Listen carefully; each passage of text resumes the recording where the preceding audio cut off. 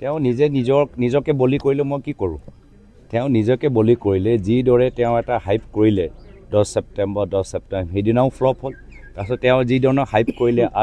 8 ফেব্ৰুৱাৰী তেওঁলোকৰ ফ্লপ হ'ল আজি তেওঁলোকে নিজকে বাৰম্বাৰ যে সেলফ গোল মাৰি আছে আজিও আমি গম পাইছোঁ যে আমাৰ অসমৰ জনসাধাৰণক মিছলীয়া কথাবোৰ কৈছে এটা ভিডিঅ' খুব মানে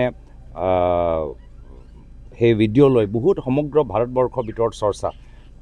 সাম্প্ৰদায়িক এটা ভিডিঅ' যি লৈ আমাৰো অসমৰ কিছু বুদ্ধিজীৱীসকলে সুপ্ৰিম কোৰ্টলৈ গৈছে এতিয়া চাওক সেইজন ভিডিঅ'ৰ লগত মূল সম্পৰ্ক আছিলে এজন সিদ্ধাৰ্থ মজুমদাৰ এই সিদ্ধাৰ্থ মজুমদাৰ এজন ব্যক্তি যিগৰাকী হিমন্ত বিশ্ব শৰ্মা ডাঙৰীয়াৰ গোটেই ছ'চিয়েল মিডিয়াটো চায় কিন্তু সিদ্ধাৰ্থ মজুমদাৰ ওপৰত একো আজি তাৰিখলৈকে তাৰ ওপৰত একো কেছ হোৱা নাই তাৰ বিপৰীত এজন বেলেগ এগৰাকী ব্যক্তিক তাক মাত্ৰ বহিষ্কাৰে কৰিছে আৰেষ্ট কৰা নাই কাকো আৰেষ্ট কৰা নাই কিন্তু এনেকুৱা এটা ভিডিঅ' যি ভিডিঅ' ভিতৰত আজি সুপ্ৰিম কোৰ্টলৈকে কেছ গৈছে তাততো আৰেষ্ট হ'ব লাগিছিল চামন হ'ব লাগিছিল আৰু এই সিদ্ধাৰ্থ মজুমদাৰ কোনোবা এগৰাকী ব্যক্তি আছে যি হিমন্ত বিশ্ব শৰ্মা গোটেই টুইটটো তেওঁলোকে চায় তেওঁলোকৰ ওচৰতো আমাৰ খবৰ মতে দুজন গাড়ী আছে চৰকাৰে দিছে দুটা গাড়ী কিয় কোন হয় এখেত সিদ্ধাৰ্থ মজুমদাৰ তো সেইকাৰণে আমি মুখ্যমন্ত্ৰী যে শংকিত হৈছে বাৰম্বাৰ এতিয়া প্ৰেছ কনফাৰেন্স কেতিয়াবা আকৌ ৰাতি আকৌ নিউজ লাইভত ইণ্টাৰভিউ আকৌ ৰাতি তেওঁলোকে ডিনাৰ কৰিবলৈ হৈছে সেইটোৱে মই কৈছোঁ যে তেওঁলোকে সেল্ফ গ'ল কৰি আছে আৰু আমি এটা পিছত এটা গ'ল মাৰি আছোঁ নিৰ্ধাৰিত কৰিব মইতো জনসাধাৰণৰ ওপৰত বিশ্বাস কৰোঁ ৰাইজে থিৰাং কৰিব যে হিমন্ত বিশ্ব শৰ্মা ডাঙৰীয়া সঁচা কথা কৈ আছে নে মিছা কথা কৈ আছে আমি সময় পৰিৱৰ্তনৰ যাত্ৰাৰ যোগেদি সঁচা কথা কৈ আছোঁ নে মিছা কথা কৈছোঁ এতিয়া ৰাইজে থিৰাং কৰিব ৰাইজৰ বিবেকৰ ওপৰত মোৰ বিশ্বাস আছে কিন্তু তেওঁ যে আপোনালোকে চাওক আমিতো ৰাইজৰ বিবেকৰ ওপৰত বিশ্বাস কৰোঁ সেইকাৰণে আমি এজন ৰাজনীতিবিদ হিচাপে তেওঁ যি কথা আমাৰ বিৰুদ্ধে অপপ্ৰচাৰ চলাবলৈ বিচাৰে মিছা কথা ক'বলৈ বিচাৰে ৰাইজৰ আগত কওক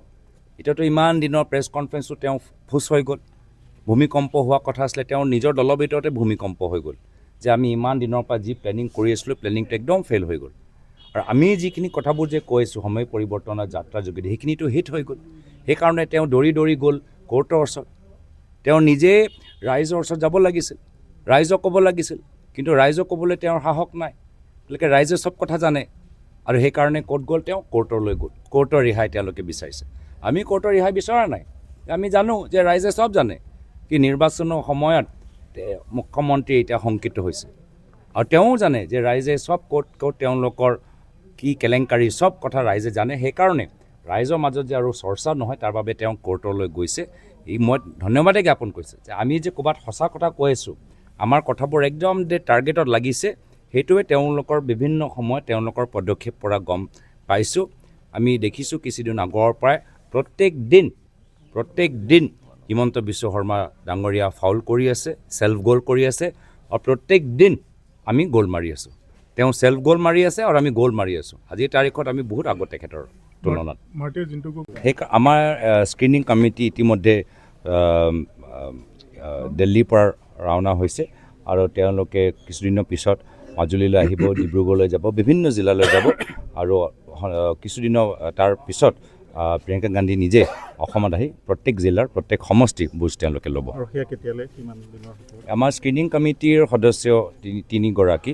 আমাৰ 2গৰাকী লোকসভা সাংসদ ইমৰান মছুদ ডাঙৰীয়া সাপ্তাগিৰি উলাকাৰ ডাঙৰীয়া আৰু এগৰাকী AICC সম্পাদক শিৱেলা প্ৰসাদ ডাঙৰীয়া তেওঁলোকে অহা কাইলৈৰ পৰা